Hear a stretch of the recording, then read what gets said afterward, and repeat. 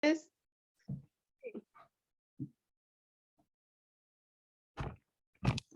Buenas noches con todos.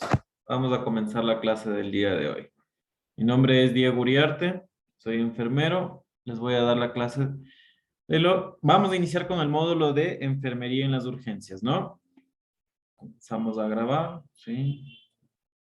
Listo. Sí logran ver las diapositivas que estoy compartiendo, ¿verdad? Sí, licenciado. Ya, listo. Qué gusto volver a verlo en estas clases. Igualmente.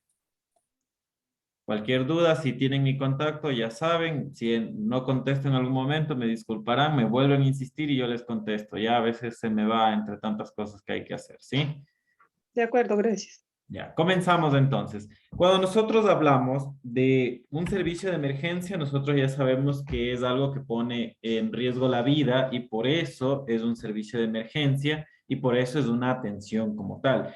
Si no vamos a una urgencia o a una emergencia, que hay diferencias como tal, y solamente tal vez, en el caso de, también depende de la perspectiva de cada uno, es una consulta o es algo que puede esperar, no vendría a tener cabida, por decirlo así, en una área de emergencia. Entonces, partiendo de eso, más o menos, tenemos que tener en cuenta muchas circunstancias para nosotros poder hablar de un servicio de emergencia, ¿sí? ¿Cómo se dio el servicio de emergencia? Si hablamos de una referencia histórica de la emergencia, se habló más o menos de 1789, más o menos durante esos 10 años, se comenzó recién a formar unos servicios. ¿Por qué se dio? Cuando comenzaron las guerras, cuando comenzaron problemas de la Primera y Segunda Guerra Mundial, se vieron muchas situaciones donde necesitaban ser atendidos los pacientes y no había una área específica como tal. Claro, habían tal vez los médicos estudiados que ponían en su consultorio la atención como tal, pero no había una área de emergencia. No se dio espacios como tal o departamentos para poder nosotros decir, este paciente necesita emergencia y necesita ir a este servicio. Entonces comenzaron a crear estas situaciones.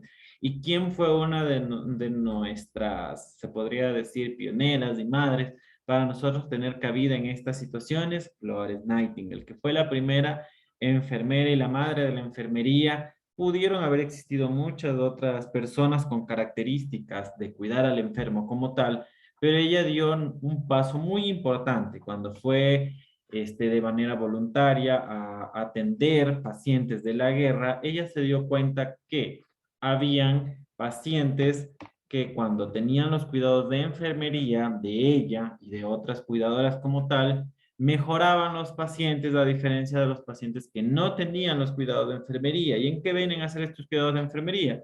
Las limpiezas luego de cualquier sutura, cualquier procedimiento de las heridas como tal de los pacientes de las guerras. Entonces ella dio un estándar de calidad muy importante que era el ver que tan importante era los cuidados postquirúrgicos. Netamente pudo haber sido de enfermería como tal o de otro profesional que en ese tiempo era el médico nada más. ¿Sí? Entonces, la enfermera vio esto, nuestra madre de enfermería, nuestra pionera de enfermería, y comenzaron a darse secuencia a su estudio como tal práctico, ¿sí? Entonces, desde esos entonces, que en este año cumplió, si no me equivoco, 200 años de vida, Florence Nightingale, si hubiese estado viva, sí, se ha dado muchas circunstancias, como ustedes ya lo saben, se han direccionado diferentes tipos de emergencia, hay diferentes departamentos, hay diferentes necesidades, pero de ahí ya sabemos de dónde nació y el por qué nació. Luego vino la creación de departamentos como lo que he hablado, ejemplo, la enfermería, perdón, la emergencia pediátrica, emergencia obstétrica, todo se fue dando según la necesidad, lastimosamente también según los errores que se han cometido, entre otro tipo de cosas. Y de aquí también empezaron a darse uno que es el triaje. Ya vamos a hablar del triaje y el por qué se da el triaje como tal, ¿no? Nosotros tenemos conceptos básicos, urgencia y emergencia. Urgencia, cualquier situación que en opinión de paciente familiar o otra persona requiere intervención médica rápida, ¿sí?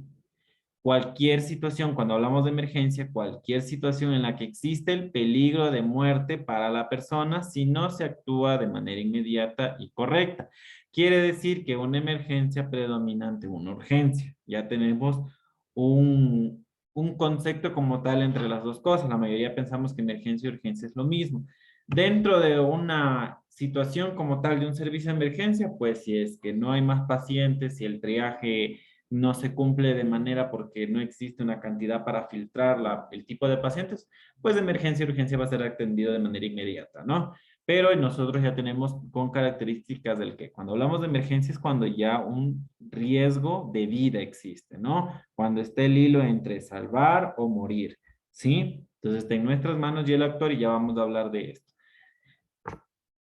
Otro concepto básico que tenemos es el riesgo vital. Estado de salud, riesgo vital. Estado de salud que podría terminar con la vida del paciente de no actuar de manera inmediata, ¿no? Siempre nosotros tenemos en cuenta que los pacientes llegan y creen que de forma de llegada se les va a ir atendiendo, pero es muy importante, y ustedes ahorita vamos a hablar sobre esto, el saber por qué nosotros manejamos un triaje. Y el triaje de Manchester, que es el que se maneja aquí, es tan importante porque nosotros tenemos que hacer esa pauta de la explicación, de la conversación. ¿Por qué? Porque no es lo mismo un paciente que llega con una crisis hipertensiva a un paciente que tal vez llega con una herida pequeña que necesita 2 puntos, está hecho homeostasis, está sostenido, no está teniendo hemorragia. A diferencia, ¿no?, del paciente con una hipertensión de 200 sobre 100, que sabemos que puede llegar a un sangrado cerebral, sangrado ocular, entre otro tipo de circunstancias. Recordemos que ese corazón se está cansando de latir y está con un riesgo vital, a diferencia de lo que yo les decía. Tal vez se cortó cocinando, haciendo alguna actividad específica como tal, necesita unos 2 puntos, no hay hemorragia porque el paciente hizo compresión, está sostenido y tal vez el único médico que está desocupado en ese momento con la enfermera debe de atender y existen estos 2 tipos de pacientes, pues ya sabemos cuál es nuestra prioridad. Y cómo nosotros, muy aparte que es un poquito lógico, ¿no?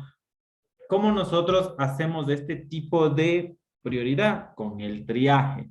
¿Qué es el triaje? Es una escala, un proceso, un método como tal para nosotros poner en escala o en secuencia cómo vamos a atender, perdón, a los pacientes, ¿sí? Es de acuerdo a su necesidad, de acuerdo a su grado de emergencia, urgencia o no. Y como en la mayoría de los casos y en lo mejor de los casos, con el tiempo, disponibilidad, con el recurso económico y recurso humano, en el caso de que haya mucho, nosotros podemos identificarlo, poner la manilla, decirle usted va a esperar esto y es lo correcto que se debe de cumplir. Pero cuando estamos en instituciones que no cuentan con este presupuesto como tal, un ticket o una expresión verbal, usted es del número tal, va a esperar por favor ahí, cuando lo llame por su apellido, tal. ¿Por qué? Porque usted es un paciente que no necesita de atención de urgencia, usted puede esperar porque usted es un color verde, un ejemplo, ¿sí? Entonces, el triaje nos ayuda a eso, a estandarizar, a tener un proceso como tal para una atención, a nosotros filtrar el paciente que necesita de manera urgente, el que no. ¿Por qué? Porque, claro, no es lo mismo. Un ejemplo, la persona que trabaja en una clínica donde es clínica oftalmológica, a menos que esté sangrando del ojo o esté eliminando una secreción, ¿qué van a hacer? La mayoría va a ir a sus controles quirúrgicos pre, post, ¿sí? O a unas consultas como tal. A diferencia de que ese mismo paciente, porque tiene tal vez una leve secreción, vaya a una emergencia del Eugenio Espejo, donde están accidentados, avaliados, acuchillados. Existe ese triaje. Sí, como les digo, es un poco lógico, pero se tuvo que estandarizar. ¿Por qué? Porque la parte de la ignorancia de la comunidad en general, ¿sí? Es tan grande que piensan que porque uno llega se debe de atender así llegue pronto. Ahora, viene la parte de nosotros, la explicación como tal. Nosotros, cuando nos vamos a priorizar este tipo de pacientes, debemos de explicar. ¿Por qué? Porque va a haber el punto de que a usted le van a decir, señorita licenciada, como sea la expresión que le correspondan, lo mejor sería enfermera como tal, ¿no? ¿Sí? Enfermera, ¿por qué me atienden a mí después del señor que acabó de llegar? Y no se ha dado cuenta que el señor que llegó tiene toda la sintomatología de un apéndice, sí, de una apendicitis, y existe el riesgo de reventarse, de producir peritonitis, y el paciente que le está exigiendo estuvo con diarrea desde la semana pasada y recién se le ocurrió hoy a la emergencia. Entonces, ese tipo de cosas usted debe de explicarlo de manera empática, de manera profesional, con un gesto adecuado, porque si usted al momento que le esté expresando usa un lenguaje corporal inadecuado, ya existe desde ahí un correcto explicación. Yo debo de mantener mi postura profesional y explicar el por qué. Señor, lo que pasa es que el paciente X llegó, está con un dolor abdominal intenso, característico de algo que puede llegar a comprometer su salud. ¿Sí? Usted, como está con una sintomatología menos grave, no podemos decir más leve, o usted está mejor, usted está estable, eso acuérdense que la parte emocional del paciente lo va a tomar para mal. Tenemos que no del todo minimizar su problema porque no sabemos la dolencia específica del paciente también o no sabemos la magnitud como tal del problema, debemos de tratar de disminuir un poco, no minimizarlo en su totalidad y hacerle entender que hay una prioridad por el riesgo de muerte posible del paciente en el caso de que no se actúe de manera inmediata, ¿sí? Por eso nos ayuda el triaje. Nuestra explicación también es muy importante, no se olvide. Ustedes van a decir, claro, ¿para qué me sirve eso si yo no tengo que decir nada? Yo voy, pongo medicación y hago lo mío. Ustedes van a ser parte de, sí, y ahora recordemos que estamos en una comunidad donde todo graban, todo foto, todo te escuchan, y mientras uno no se sepa expresar, corre el riesgo de cualquier tipo de situación. Así que muy pendiente de estas cosas, ¿sí? Tenemos como todo lo que hablamos en este momento, ¿sí? ¿Cuál es el objetivo del triaje? Asegurar la valoración rápida, ordenada, ¿sí? Seleccionar, clasificar al paciente, disminuir riesgo de muerte, brindar la comunicación inicial de la información. Antes de nosotros irnos al triaje de los niveles, tenemos que tener muy en cuenta, aquí dice seleccionar y clasificar los pacientes. Es muy importante. Nosotros vamos a seleccionar cómo tomando los signos vitales, toda la dolencia. Claro que si llega un paciente sangrando, avaliado y todo eso, primero de la camilla, monitorizamos como tal, a ver cómo están sus signos vitales y ahí cualquier otra cosa, al final ya sabemos que ese paciente es rojo netamente, ¿no? Pero nosotros, ¿cómo podemos ir a realizar un triaje? Es valorando a nuestro paciente. Llega a la emergencia, él dice, me duele mucho la cabeza, está toda la sintomatología, todos los signos dentro de parámetros normales. Listo, pero eso nosotros tenemos que estar 100% seguros. ¿Cómo estamos seguros de eso? Tomando nosotros. Esta parte es tan importante y ustedes van a ver que la mayoría de triaje, el mismo control lo realizan los médicos, a menos que existan clínicas pequeñas donde el médico es el único que atiende, toma los signos vitales, toda la historia. Pero en la parte pública como tal, en el triaje está una enfermera y un médico, o un médico de preferencia. ¿Por qué? Porque él está en ese mismo momento valorando toda su sintomatología para poder direccionar si es que va a poder esperar o no. No digo que nosotros no lo podamos hacer, pero en el caso de que exista la sintomatología como tal, nosotros hemos visto los signos dentro de parámetros normales, todo está bien, ok, pero él da a notar un síntoma que no podemos medir porque él solamente lo está sintiendo y es alto el riesgo de que él va a direccionar, el médico va a ir a direccionarlo, no, este paciente necesita atención inmediata porque tal vez puede ser digamos, un accidente cerebrovascular o digamos, el paciente llega con toda sintomatología normal, pero está con un dolor precordial muy característico a un preinfarto o un infarto. Entonces, ese tipo de cosas, al momento de que el médico lo valora, lo va a asociar, lo va a ocultar en ese mismo momento, si lo puede y tiene en los insumos como tal. Entonces, esa parte es muy importante. Si el médico lo realiza, ya sabemos, pero si nosotros lo vamos a realizar, por favor, ustedes háganlo. No manden al estudiante. Yo sé que es muy importante el proceso de aprendizaje para todos, ¿sí? Pero en ese caso voy yo, lo asesoro, lo vigilo, lo verifico que ha tomado bien, ¿sí? Y yo puedo estar confiado. Pero En tal caso lo puedo realizar en otras actividades con pacientes hospitalizados como tal, que haya más tiempo. Pero en esta parte del triaje es muy importante que un profesional lo realice, ¿sí? Recordemos que está en riesgo, es la valoración correcta para ver si está en riesgo su vida o no. Es que es muy importante. También es muy importante no confiarse del todo en los aparatos electrónicos, ¿sí? Ejemplo, yo voy y le tomo la presión con uno digital. No me di cuenta que el paciente movió la mano, estornudó, tosió, se levantó, por lo que sea yo me distraje o le dejé tomando el tensiómetro y regresé cuando veo una presión súper elevada.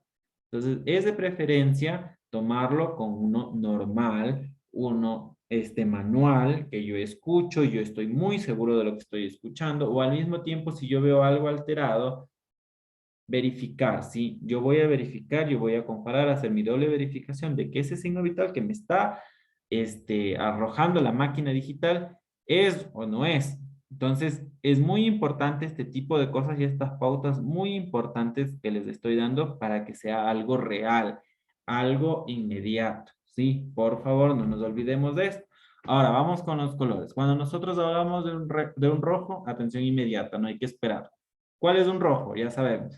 Paciente que viene sangrando, chocado, politraumatizado, chocado no de choque de ejemplo, choque de buses, choque contundente, ese tipo de cosas, chocado de que está hipotenso con una presión súper baja, que está bradicárdico con una frecuencia cardíaca súper baja, está desaturando, un choque como tal de eso, ¿sí? Ahí sí viene un politrauma, que el paciente tiene fracturas expuestas, cerrada, lo que sea, ¿sí? Desmayado, con síncope como tal, perdido de conciencia.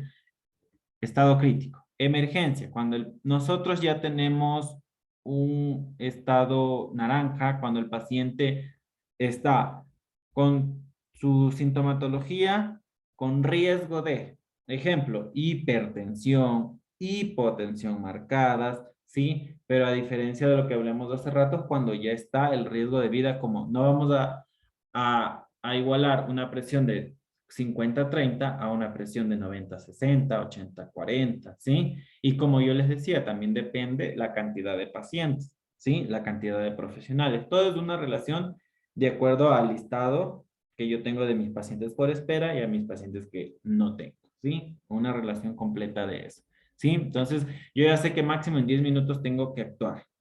Cuando hablamos de una emergencia amarilla es cuando tal vez el paciente está con diarrea, está con desequilibrio electrolítico, sí, como les decía hace un momento, con una herida que puede esperar hasta una hora. Hablamos de un verde cuando el paciente está con un dolor que no causa problema en su bienestar como tal. Ejemplo, el paciente usted le dice, del 1 al 10, ¿cuánto le duele? Y dice 1, 2. Ya sabemos que el paciente está con un dolor tolerable. Digamos, viene el paciente con diarrea. ¿Cuántas veces diarrea, diarreas ha hecho en el día? Bueno, hoy no hice, ayer hice 5, pero decidí venir hoy, un ejemplo. O si le dice hoy he realizado unas 3. Pero claro, ese puede esperar más porque es verde. Pero si viene un paciente que es amarillo y le ha dicho es que he hecho unas 30 diarreas y no paran desde ayer, no es lo correcto esperar tanto, ¿no? Sí, pero ya sabemos que ese paciente está muy deshidratado, tiene un desequilibrio electrolítico. El paciente tranquilamente puede entrar en convulsiones, puede entrar en desmayo, en síncope, entonces tenemos que comparar como tal, ¿sí? Y un azul, por lo general a todos esos pacientes azules que vienen, como les decía hace rato, el paciente viene y tiene una secreción en el ojo, de lo que sea, le dice, eso está desde la semana pasada, va a tener que ir a la consulta externa. Otro ejemplo, un dolor de muelas, le van a decir, eso es por consulta externa. Sí, otro, tengo un muñero, consulta externa. Ciertos tipos de características como tal de esto. Ejemplo, me duele al tragar. Sí, eso no es una emergencia. Y también va a ir derivando según, como yo les decía. No es lo mismo que yo vaya con un dolor de garganta a las 2 de la mañana al hospital Eugenio Espejo, que lo más seguro es que ni me acepten, ni me digan vaya nomás al centro de salud más cercano de su casa, porque eso no conlleva una emergencia. Entonces, ¿para qué se realizó todo eso? Para ir desaturando a todos los pacientes y decir que esto es una emergencia y se tiene que atender lo que es, ¿sí? Con todos estos valores como tal que nosotros tenemos, estas codificaciones, porque no es justo que en los centros de salud estén solo las consultas, hay a veces procedimientos como tal, departamentos de una emergencia en hospitales básicos de segundo nivel y se saturan los de tercer nivel con emergencias de una amigdalitis, ¿sí? Incluso una diarrea no es considerada una emergencia en hospitales de tercer nivel, les derivan hacia otros lados, ¿sí? Entonces, ya tenemos un por qué y para qué se realiza esto. Nosotros ya sabemos cómo podemos estandarizar en cada uno de los puntos y también recordemos siempre que vamos a ir relacionando la situación paciente con la relación personal y la relación personal de salud, ¿no? Y la relación como tal de mi infraestructura donde yo estoy atendiendo, ¿sí? Muy importante. Si yo estoy en un lugar donde tal vez no está estandarizado que esta es la emergencia obstétrica, pediátrica y adulta, recordemos siempre que cuando hablamos nosotros de un obstetra, perdón, de un paciente obstétrico, esa es nuestra prioridad, ¿sí? ¿Por qué? Porque no estoy hablando de obstétrica, ejemplo, una mujer sin un embarazo como tal, ¿sí? Si una mujer embarazada es nuestra prioridad. ¿Por qué? Porque es el origen de la nueva vida. Es nuestra prioridad. Además, agregándole el Código Integral Penal, que todo se fue relacionando y todo se fue direccionando hacia esta parte de las embarazadas, de las muertes materno-neonatal, que están bajo lupa de todo, agregándole a eso, esa es nuestra prioridad. ¿Cuál es otra prioridad? Digamos, en una emergencia general que no tenga especificaciones, así como yo les decía. Los niños. Niños menores de 5, 6 años son nuestra prioridad. Igual, es una vida nueva que está evolucionando, ¿sí? Si nosotros tenemos la prioridad como tal de esto, pues van a quedar a un lado los adultos normales, ¿sí? Esas son nuestras prioridades por lo que yo les decía. Son inicios de vida o la nueva vida como tal, hablando de ginecología. Y son nuestra prioridad. Así tengamos, digamos, una embarazada y un adulto con la misma sintomatología. Viene una embarazada, es que me duele la cabeza. El adulto normal me duele la cabeza. Mi prioridad es la embarazada. ¿Por qué? Porque puede tener una presión alta o la puede llegar a tener. Si hay por eso siempre dicen cuando ustedes, si son madres o en algún momento estuvieron embarazadas o están embarazadas, ustedes saben qué les dice la obstetra el médico. Todos estos son los signos de alarma. Dolor de cabeza, fiebre, ta. Cualquier de esas sintomatología, no venga acá, vaya a la emergencia de tal lugar donde queda más cerca de su casa. Claro que si se hace en particular, le van a decir, venga a mi clínica, ¿no? Pero nosotros, todos los profesionales de salud, nosotros ya sabemos que la prioridad de nosotros es una mujer ginecológica, una embarazada como tal, ¿sí? Muy, muy, muy pendiente de eso, ¿sí? Porque nosotros en ese momento ya sabemos que es nuestra prioridad. No nos olvidemos de eso. Esa es nuestra prioridad, por favor, tengámosles en mente, por favor, ¿sí? Sí están viendo las diapositivas, ¿verdad? Que estoy compartiendo. Sí, sí, se ve. Ya, listo. Ya, entonces de eso. Ahora el niño. ¿Por qué los niños son prioridad? Ustedes saben que un adulto normal, de, digamos, mi edad, ya 28 años, llegó con fiebre, estoy con fiebre de 40, yo lo tolero, yo mismo me puedo ir a hidratar, yo mismo me puedo ir a tratar de tener una temperatura adecuada para poder bajar, ¿no? Pero si yo tengo un niño menor de 5 años, el riesgo de una convulsión en un niño menor de 5 años con temperaturas sobre 35, 39.5 a 39 grados que sobrepasen cualquiera de esos valores, hay un riesgo de convulsión muy alto y en cada convulsión hay muerte de neuronas. Entonces nosotros ya sabemos que ese niño como tal puede incluso llegar a tener problemas neurológicos por el no el inadecuado accionar. ¿Sí? ¿Por qué? Porque nosotros vemos, le tomamos la temperatura, ojo, mucho cuidado, no nos olvidemos del control correcto de signos vitales, ¿no? Le vemos, le tomamos, le vemos que está súper abrigado, no hacemos nada, le tomamos, sale 40, vamos como si nada, registramos y le pasamos al médico y lo ponemos detrás de cualquier carpeta. Entonces, hasta que el niño sea atendido, si es que el médico y usted no hubo la comunicación adecuada, el niño llegó a convulsionar, usted es parte del problema, ¿sí? Entonces es lo correcto. Yo le voy a tomar la temperatura, me sale 40, ya sea axilar, frontal óptica, cualquiera que yo estoy tomando, primero yo corroboro. La mayoría de nosotros, ¿qué hacemos? Tocar. Ya vemos que está calientito, sí ha de ser de verdad. Vemos que está abrigado, ¿cuál es nuestro accionar? Hacer lo que el paciente se desvista. ¿Qué le decimos a la madre en el caso que sabemos que es un niño menor de 5 años? Por favor, déjele solo con la ropa necesaria. Si es posible, solo con el pañalito. De frío no se va a morir. ¿Sí? O a su vez tratar de retirarle lo que más se pueda y empezar a aplicar nuestros cuidados de enfermería. Nosotros no podemos decirle, dele paracetamol tanto, ¿sí? Porque recordemos que los niños se hace por peso, por talla, por índice de masa corporal, entre otras cosas. También tenemos que ver si es alérgico o no es alérgico, su historial de medicamentos y otras historias más, ¿no? Entonces, ¿nosotros qué hacemos? Nuestro cuidado de enfermería. Le tomamos la temperatura, medios físicos, ¿sí? Conlleva a donde están los vasos grandes y en la parte inguinal vasos grandes. Si el niño por X motivo no colabora, pues con el retirarle toda la ropa, sabemos que va a empezar a disminuir la temperatura como tal, ¿sí? Mojarle la cabeza no se va a negar, lo podemos realizar, tal vez no lo podemos mantener con los paños porque él se lo retira, se pone quieto, lo que sea, pero empezarle a mojar sí, ¿sí? No es lo correcto, como ustedes ven tal vez en noticias, películas, series, de lo que sea, que cogen y al niño lo bañan con agua fría, no es lo correcto es algo al ambiente, ¿sí? Porque ustedes estén que bien calientes en un lugar y pónganse en agua helada a ver si no les da una contractura muscular o unos espasmos. Ahora causarle eso a un bebé o a un niño es peor, ¿no? No es lo correcto. Lo mejor es a temperatura al ambiente, ¿sí? Entonces son características importantes que nosotros ya sabemos. Por favor, yo veo la sintomatología, he controlado, he verificado todos los signos vitales, yo veo algo de alarma, yo comunico, ¿sí? Siempre recordándole una buena comunicación con el paciente. Recordemos que pacientes de POT, que son los enfermos, enfermedades pulmonares obstructivas crónicas como fibrosis pulmonar, que han tenido tuberculosis, ahora los post-COVID, bueno, entre otros tipos de enfermedades como tal, ¿no? Los fumadores crónicos. Ellos desaturan de manera normal porque sus pulmones están un poco afectados, ¿sí? No quiere decir normal que sature 70, ¿no? Quiere decir que saturen menos de 90, entre 85, 84, así, dependiendo la enfermedad como tal que tengan.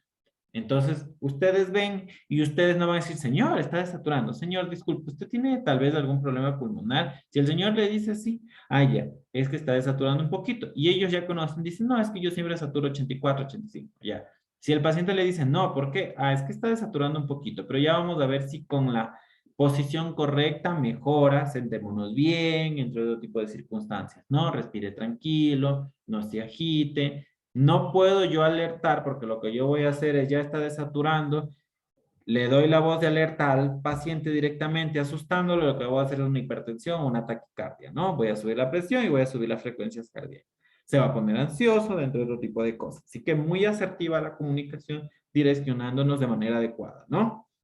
Ya hemos hablado del triaje, ya sabemos del por qué, ya sabemos para qué, ya sabemos que no es lo mismo, como les decía, una atención en el Eugenio Espejo a una atención, digamos, en el hospital de Yaruquí. No, claro que el hospital de Yaruquí, si hay accidentados, porque debe ser lo más común de acuerdo a la zona donde se encuentra, lo van a atender, lo mismo que el Eugenio, pero en el hospital de Yaruquí lo más común es accidentes, como les digo, mordeduras, y como no hay centros de salud que actúen 24 horas, sí van a recibir, es que está con fiebre desde ayer, es que está diarrea ya 3 días, es que este. Pero si esos pacientes se van a un lugar como el Eugenio Espejo y existe Calderón, el Pablo Arturo, el hospital, el centro de salud tipo C de Calderón creo que actúa 24 horas, y vienen de Calderón hasta acá, no le van a atender, lo van a regresar. Entonces ya nosotros sabemos de esto. ¿Y por qué lo sabemos? Porque es muy importante. Ustedes les van a preguntar y ustedes no van a hacer que a un sábado 10 de la noche en una reunión familiar le digan, me duele la garganta, creo que me voy a ir al hospital. Ya su conocimiento es, yo te recomiendo que vayas mejor al hospital X, a un lugar X, o al menos te esperes hasta mañana para que puedas por lo menos ir a un centro de salud o a un lugar donde atiendan en las mañanas para que te atiendan, porque no te van a atender en el Eugenio Espejo, a menos que corras con suerte. Un ejemplo. O si no, ustedes le van a decir un domingo 10 de la noche es que estoy con dolor de muela. No le van a tener, primero no hay emergencias odontológicas casi, ¿sí? Las emergencias odontológicas son muy raras a menos que, obvio, haya un accidente o alguien se cayó y se partió el maxilar como tal, pero eso ya entra el cirujano maxilofacial, ¿sí? O que se le caiga un diente, se le salga una muela, no son emergencias como tal, ¿no? Entonces son muy raras estas situaciones y ustedes les van a empezar a preguntar, porque una vez que saben, si es que alguna ya trabaja en la parte de salud, o si está, solo está estudiando en este momento y no ha trabajado anteriormente, les van a empezar a preguntar. Y ustedes ya saben cómo direccionar este tipo de cosas, ¿sí? Porque lo típico cuando uno es familiar se queja de todo, pero no sabe todo este tipo de circunstancias. Incluso uno mismo, siendo conocedor de la salud, a veces se le olvidan ciertas cosas y está entalado y dice, ay, es que no me atienden, es que y ya estoy viendo el por qué, ¿sí? Eso es muy importante, ¿no? Los niveles de prioridad que ya los hemos hablado, ¿sí? No nos olvidemos, ¿sí? Es muy importante también la parte de la priorización de tiempos y de recursos. No nos olvidemos de eso, ¿sí? Todo nos ayuda a esto, a nosotros tener un recurso adecuado, a brindar a que nuestros profesionales, incluidos ustedes que lo van a hacer o ya lo son, ¿sí? Sean este empuje a que se direccionen bien las cosas. Por favor, es muy importante eso, porque si no el presupuesto no va a ser, bueno, porque lo que van a decir es, ¿para qué yo tengo un Eugenio Espejo si el 80% de atención es faringitis? Un ejemplo, ¿no? Lo que les había hablado aquí, ¿sí? Lo que habíamos hablado hace rato, cuando son emergencias, cuando son urgencias como tales, ¿no? Vámonos a la otra diapositiva. Cuando nosotros hablamos de el perfil profesional, ¿sí? Es muy importante que nosotros sepamos que la enfermera no es solamente la que va y pone el medicamento. La enfermera es todo lo que nosotros hemos hablado hace un momento, ¿no? Tiene equipado todo el departamento, conoce las estrategias y los procesos de calidad, ayuda muchísimo a que se cumpla eso y no hay el riesgo de infecciones como tal y toda la situación, ¿no? Nunca nos olvidemos que la enfermería es muy caracterizada por la parte empática, ¿sí? Ustedes ven que mientras la enfermera tal vez no cura, pero acompaña y alivia, ¿sí? Entonces es muy importante en nosotros tener mucha empatía. Recuerdo, yo tengo un refrán siempre, tal vez me puedan decir, sí, ahorita me lo dice porque nos está dando clases, y no es así tal vez, pero siempre yo he tenido el pensar de yo trabajo y atiendo a mis pacientes como quiero que me atiendan a mí o atiendan a mis familiares. Siempre he sido así. Siempre tengo la empatía de ese paciente, porque recordemos que ya viene enfermo, viene con una dolencia y encima agregarle mi mala actitud, mi mala, no puedo decir mala cara porque ya algunos tenemos facciones como tales que nos conllevan a creer que estamos enojados.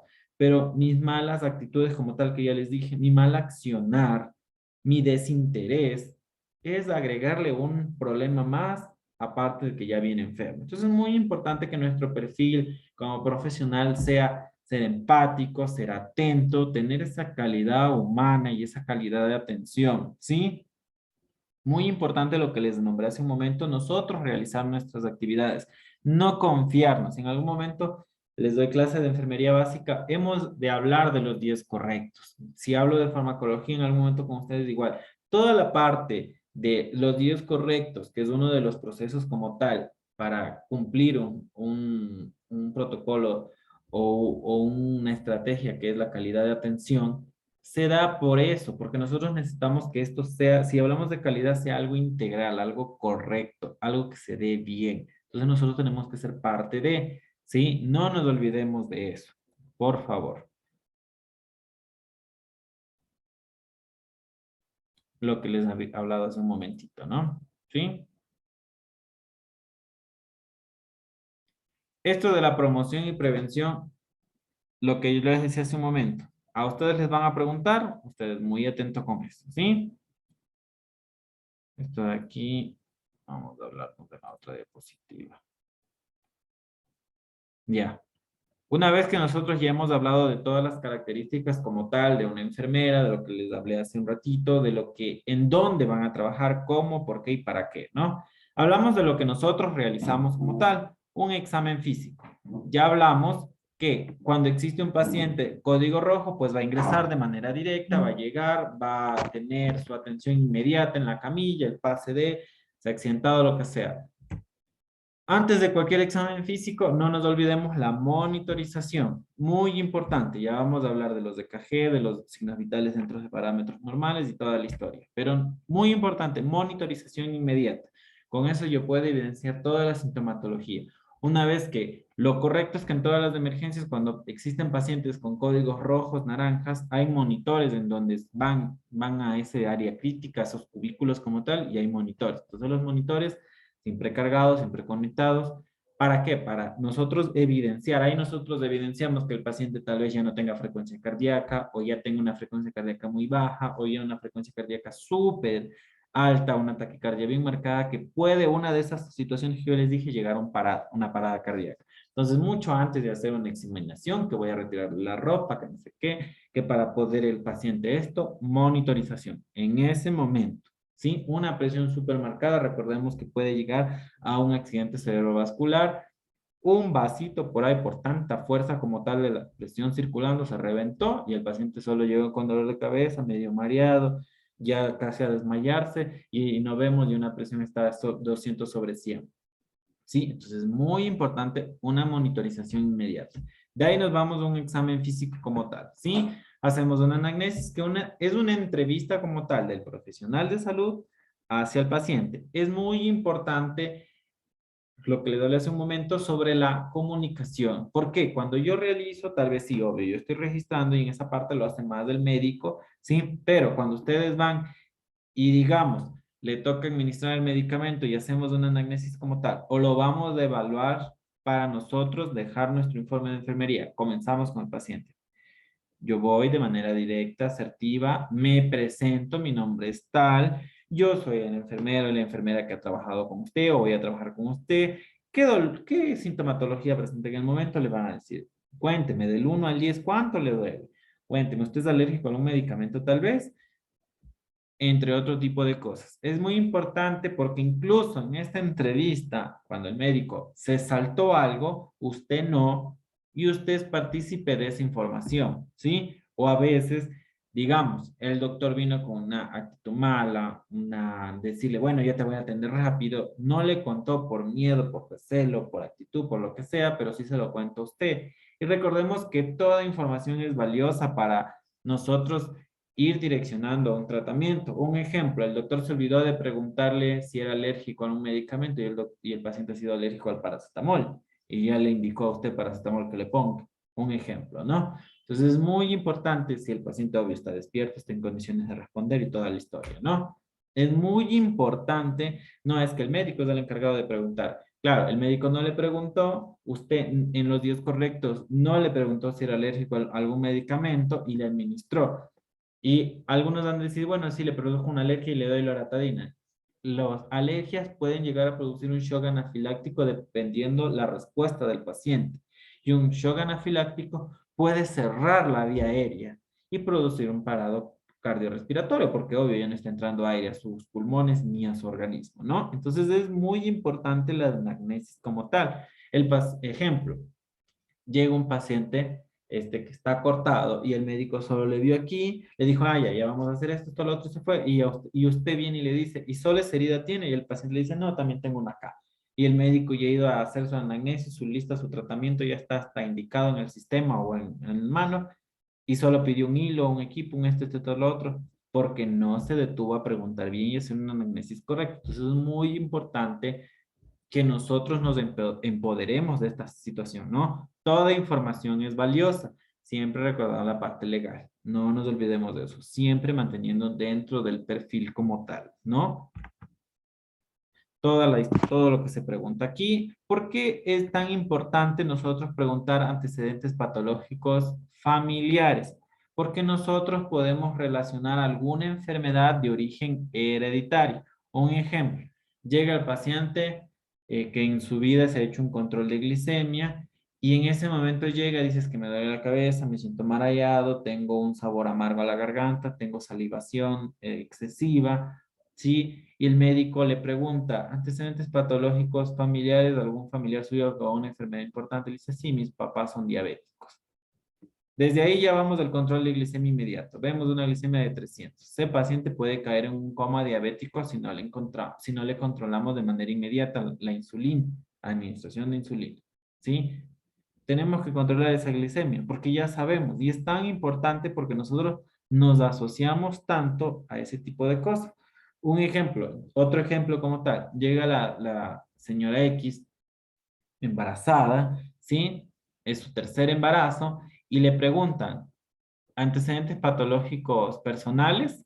Le dice, sí, yo he tenido 3 abortos previos a este es mi tercer embarazo, mi cuarto embarazo y todos anteriormente han sido abortos. Entonces, ahí el médico enciende las alertas a que este bebé también puede venir, ¿sí? También se puede venir antes, así tenga 20, 30, 40 semanas, lo que sea. Sabemos, claro, si ya están pasadas las 36 semanas, ya es un embarazo a término.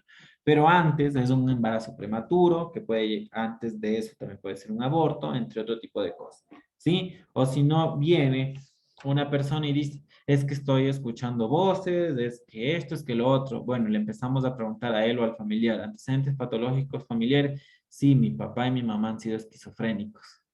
Entonces, es muy importante que el médico realice estas preguntas o ustedes de manera detallada, algo específico, sacar esa información porque eso nos direcciona a un tratamiento y a un diagnóstico definitivo o en tal caso de definitivo que sea lo más cercano a su realidad, ¿no? Entonces es muy importante por todo este tipo de cosas. No nos olvidemos de eso, ¿no? ¿Sí?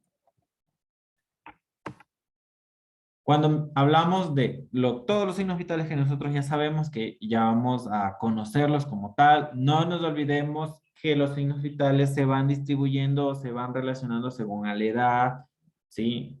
No nos olvidemos de eso, muy importante. Incluso las mujeres y los hombres varían en ciertas cosas, así que muy importante por eso la toma correcta, ¿sí?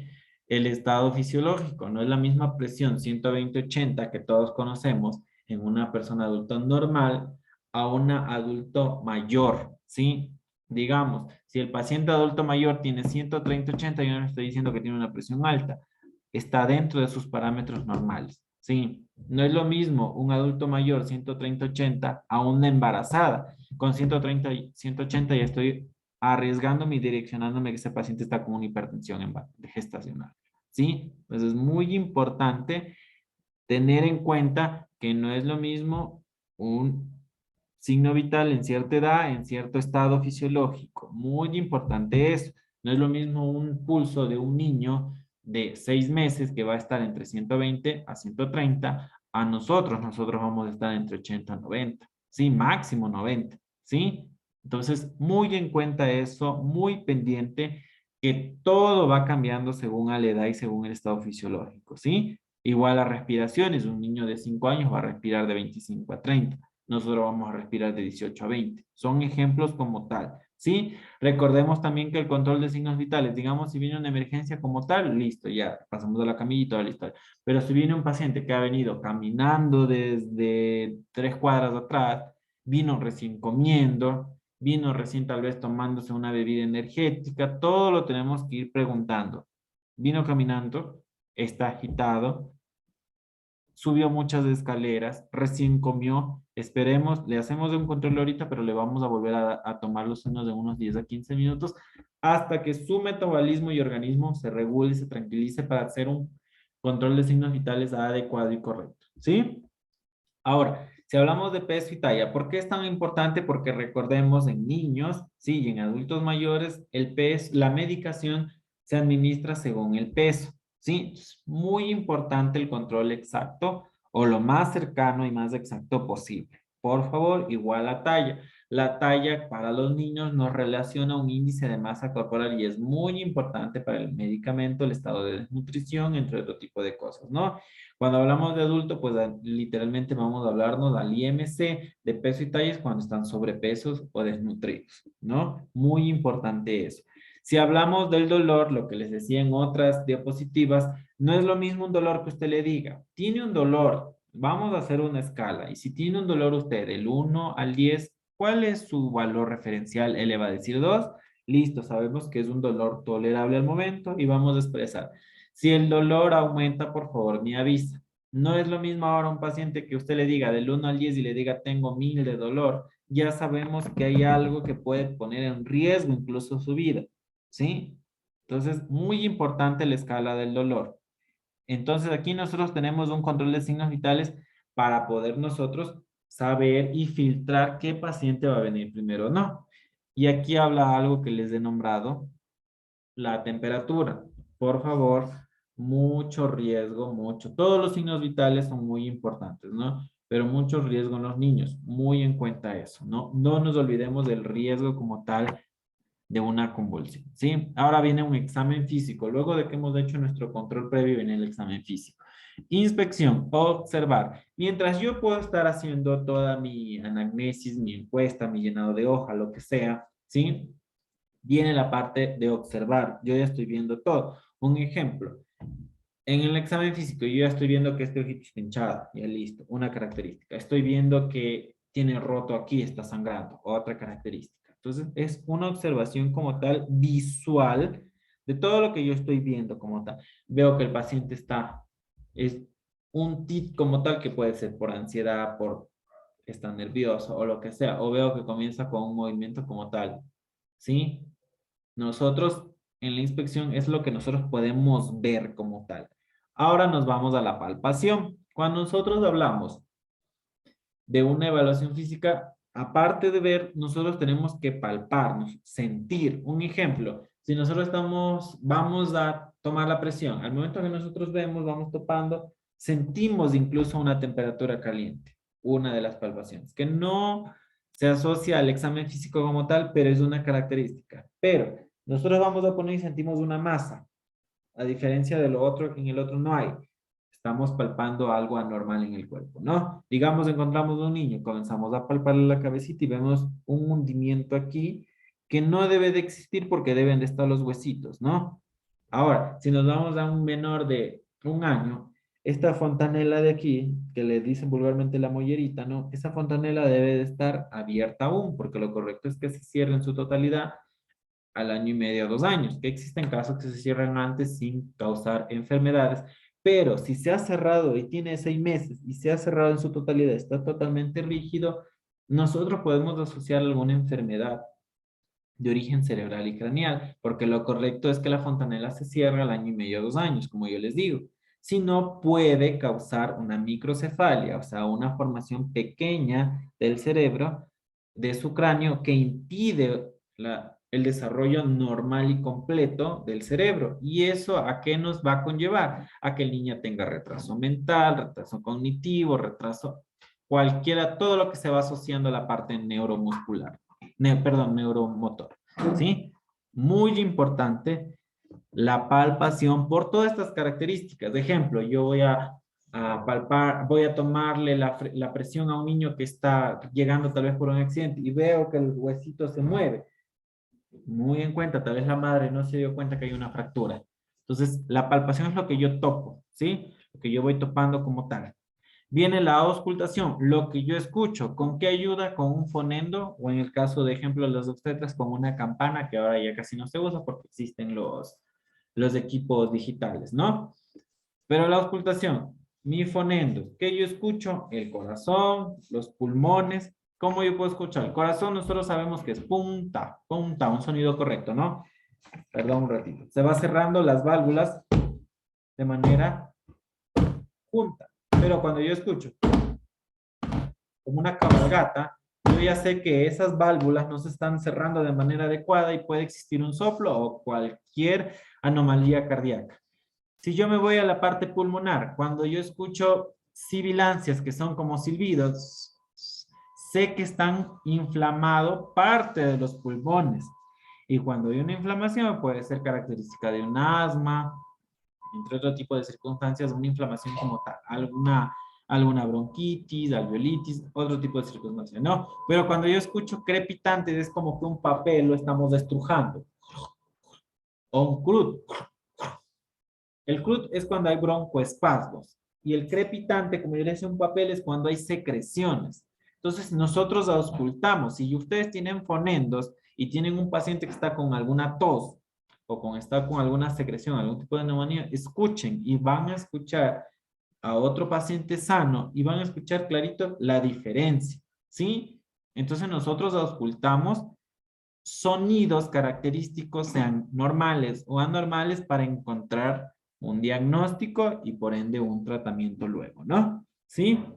Otro de los que escuchamos también es los ruidos hidroaéreos. Los intestinos tienen sonidos de peritaltismo, o sea, movimiento intestinal normal. Se escuchan aires como tal suaves que se van moviendo los intestinos, pero cuando nosotros escuchamos, si normalmente se movían entre tantos segundos a tantos segundos, pero ahora se mueven cada segundo, nosotros podemos asociar a que hay una infección, hay algo que está alterando los movimientos intestinales y puede llegar a qué? A una infección intestinal, a una parálisis o a unas diarreas, entre otro tipo de cosas, ¿no? Entonces nosotros auscultamos de eso, ¿sí? Los ruidos hidroaéreos. Si no escuchamos nada, quiere decir que hay una parálisis, un ilion paralítico, un intestino paralítico, y nos vamos a asustar porque si se detiene por mucho tiempo, quiere decir que no va a haber ni una circulación adecuada, no va a haber eliminación de heces, ¿sí? Y algo puede pasar, ¿no? Percusión. Con mis deditos yo voy a hacer movimientos y existe el timpanismo y el mate. Cuando yo escucho el timpanismo es que hay aire, ¿sí? Yo voy en la parte abdominal, siempre se hace eso. Yo voy con estos deditos de manera de garra y empiezo con los de otro a sonar. Cuando yo escucho el timpanismo es algo grave como tal y yo escucho aire, ¿sí? A diferencia de cuando yo voy a una parte sólida y escucho el mate, ¿sí? Yo asocio eso a masas, ¿sí? ¿Y cómo puedo asociar a masas eso? Cuando hay algún tipo de masa, puede o no ser cancerígena, entre otro tipo de cosas, ¿no? Puede, ejemplo, el paciente está muy estreñido, ¿sí? Y está acumulando mucha materia fecal, ¿sí? Que vienen los fecalomas, que son tumores de caca. Entonces nosotros ya vemos nuestro examen físico como tal. Hay muchos videos de tutoriales en YouTube, ustedes practíquenlo, por favor. Nunca se queden solo con la información que se les da aquí, ni solo con la información que está en la plataforma. Leen, investiguen, pregunten, perdón, pero váyanse a fuentes confiables, no se irán a Wikipedia, ¿no? ¿Sí? O a Pregúntame, vayan a fuentes confiables, a artículos, libros. Cuando hay los videos de YouTube, siempre los dan médicos, ustedes vean que el médico tal que trabaja en tal lado está explicando algo y cosas así, ¿no? Para que ustedes puedan socializarse y conocer más cosas. Lo que estábamos hace un momento viendo, ¿no? Miren, miren, aquí está una técnica de percusión, palpación, inspección, recuerda lo que yo veo, sí, la observación, la auscultación, lo que yo puedo escuchar, ¿sí? Verificando, como yo les digo, si ustedes tienen un fonendos, realicen la auscultación, escuchen, por favor. Aquí hay una parte importante que me olvidé de la inspección, es del olor. Cuando ustedes viene un paciente con un pie diabético, ¿sí? Mal cuidado o mal tratado, ¿sí? Que no se ha curado bien su lesión, nosotros ya sabemos que eso va a tener un olor característico. Incluso hay personas, de ejemplo yo, con el tiempo uno de se puede decir que se vuelve peristrio, tiene unas experiencias como tal, a decir, aquí hay pseudomona, huele a pseudomona, porque ya le hemos catalogado. Cuando nosotros vemos a un paciente que viene a nuestra consulta, X, cualquier tipo de consulta como tal, y empieza a hablar y emite un mal olor, si no es por una mala higiene bucal, nosotros podemos asociar a un problema de hígado, ¿sí? A un problema de páncreas. Entonces, es muy importante, y en esta parte me olvidé, la parte del olor. Imagínense, solo con olor nosotros ya nos vamos direccionando a eso. Vamos con una herida y vemos que hay secreción, supuración o lo que sea, y como les digo, ya olemos algo y nosotros decimos, no, esto huele a pseudomonas.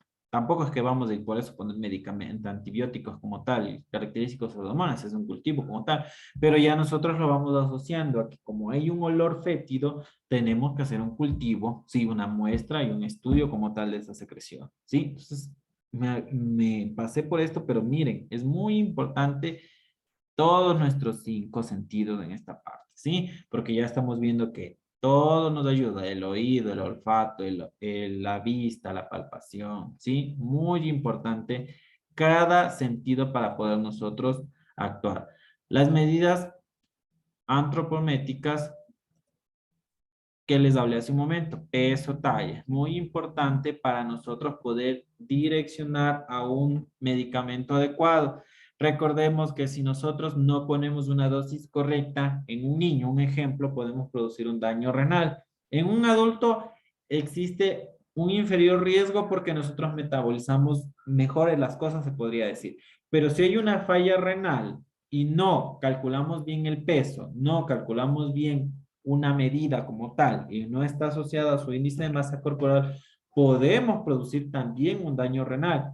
Sí, o sea, ya existe uno, administramos un medicamento sin una dosis correcta para ese paciente y vamos a producirle un daño extra al que ya tiene, ¿no? Entonces, tenemos que aplicar todo eso para no producirle un daño más al paciente. Recordemos, ustedes cuando vayan a un lugar, no, como salen los memes como tal, que van a tal lado y dicen, hey, mi brazo, van con dolor abdominal y le cortaron el brazo, ustedes no quieren ir a un lugar donde tenían que ir por una consulta, digamos, de una apendicectomía y van a salir por una dosis mal calculada, por no tomar bien los signos vitales, por no tomar bien la antropometría, peso y talla, salen con una falla renal, ¿sí? Entonces imagínense, pacientes que aparentemente sanos, que ingresan por una enfermedad específica, un trauma como tal, un ejemplo, se fracturaron algo y tiene resolución como tal, pero sale con un daño renal,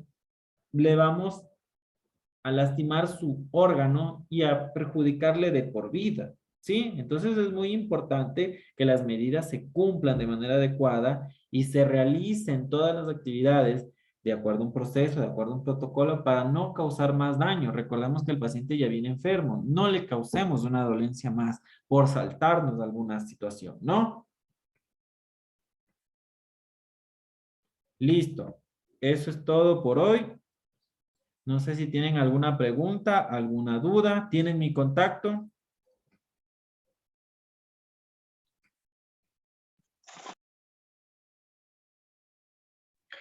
¿Cuál es su número de teléfono? Yo no lo tengo.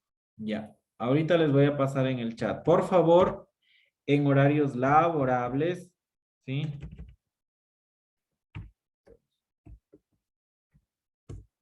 No por llamadas, ustedes me dejan mensajes, mensajes de audio. Yo apenas pueda, yo ya les contesto, ¿sí?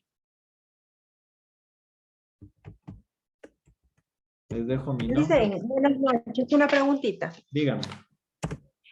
Verá, nos habían mandado al correo sobre un taller que teníamos presencial en Quito. No sé si usted está al tanto de ese taller.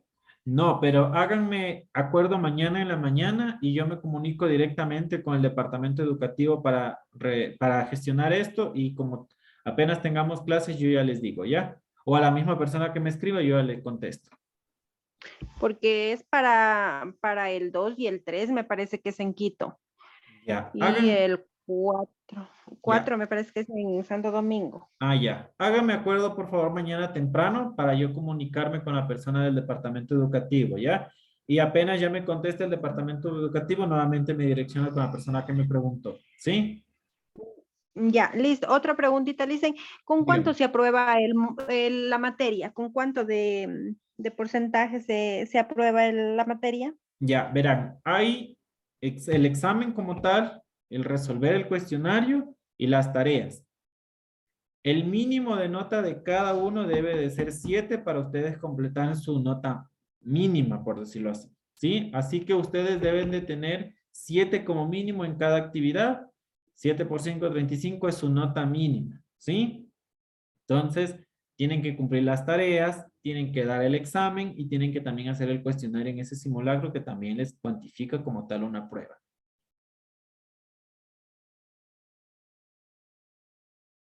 Eso es de lo que usted me preguntó de las tareas. Igual cuando, perdón, de la nota, igual cuando ahí existe algún problema digamos, se atrasaron en una tarea, no pudieron cumplirla por X motivo, el departamento educativo se comunica con ustedes, cuál es su gestión, obvio, primero ustedes preguntando y explicando la situación, a ver si les habilitan nuevamente y ustedes se tienen que comunicar conmigo para yo poderles calificar, porque una vez que ustedes pasaron la fecha, ya no les permiten subir la tarea. Y yo ya no regreso nuevamente a revisar lo que ya pasó del tiempo porque el departamento es el que se comunica conmigo para poder yo volver a calificar, pero si nadie me comunica, yo no reviso, porque ya cumplió su fecha estándar, ¿sí? Claro, pero cada tarea nos dijeron que tiene un costo de $15 en caso de que no Atrasada. hayan subido. Ajá, Ah, bueno, tenía. Entonces, no sé ahí, en ese traten de caso, cómo cumplir se con podría. tiempo. Ya las tareas están en la plataforma. Traten de cumplir con tiempo. Si tienen dudas, me preguntan, me escriben. La idea de las tareas y de todo es que sea algo sencillo, algo que ustedes aprendan y algo práctico como tal. Si ustedes tienen duda, ejemplo, en algunas ocasiones yo solamente doy la clase de la información que está en la plataforma. Las tareas lo realiza también otro docente. Yo no las pongo como tal. Pero, ejemplo, había un deber que decía realizar tal cosa en el sistema Concor y hay muchos compañeros de ustedes que no podían ingresar al sistema por lo que sea. Entonces yo les decía, no importa, háganme en cualquier plataforma, pero que esté hecho el deber. Un ejemplo. Entonces la idea es que ustedes cumplan el deber aprendiéndolo, ¿sí? Claro, sí, dicen, pero no me quedó claro con cuánto mismo se pase por decirle, porque en el perdón, en la materia anterior, bueno, creo que la mayoría, creo que los que nos comunicamos estaban un poco bajos, entonces sí nos fue un poco mal en la materia anterior, ¿Qué materia fue? en cuidado del adulto mayor. Eso no les di yo, ¿verdad? No nos dio usted, nos dio una licenciada, Ya, verán, licenciada. ya, cuando existan esas cosas, no sé si se lograron comunicar con el departamento educativo, comuníquense con ellos para poder resolver, ¿sí? Porque había, ejemplo, X compañeros que se comunicaron, me dijeron que el examen estaba súper complicado, que les habían tomado cosas que no habían visto, que no habían en la tarea, entre otro tipo de cosas. Entonces se puede tal vez de alguna manera relacionar para poder ir comunicándome con el departamento educativo a ver cómo se puede resolver este tipo de cosas, ¿no? Traten de hacerlos pronto. Lo mismo de las tareas, para que traten de tener notas buenas. Yo les trato de calificar dentro de su aporte científico y dentro de su esfuerzo. Si yo ya veo, como en alguna ocasión alguien me dijo, es que usted no me dijo que yo tengo que hacer carátula, ni poner bibliografía, ni justificar, o sea, es la presentación de ustedes también depende mucho. No van a poner un copy y pega, ponerlo en la información y listo, ahí está el deber. No ponen nombre, no ponen carátula, ustedes tienen una plantilla de trabajo. Ustedes cuando van a buscar trabajo no van como se despiertan, se tratan de lucir. De la misma manera son los trabajos como tal para ustedes llegar a una nota adecuada. Entonces traten de hacer los trabajos prontos, adecuados, para que no tengan baja nota y sean se podría decir, alce ante el examen final. Y como les digo, se supone que la nota mínima en cada actividad debe de ser 7. Entonces, 7 por 5, que son todas las actividades, el total debe de ser 35 para poder pasar. Ah, ya, ¿Sí? ya dicen, gracias. Ya. Igual cualquier duda que tengan, por favor, ahí está mi contacto, ahí está mi número. En horarios laborables, nuevamente les digo, mensajes o mensajes de voz, yo les contesto. Si por favor no les contesto, me vuelven a escribir. Les pido disculpas si no les contesto, pero lo hago lo más pronto posible, ¿sí? Eso es todo, jóvenes. Una buena noche y aquí nos vemos en la próxima clase. Leerán y estudiarán. Que pasen muy bien. Buenas Pasen noches, bien. gracias. Pasen bien. Buena noche, buena noche.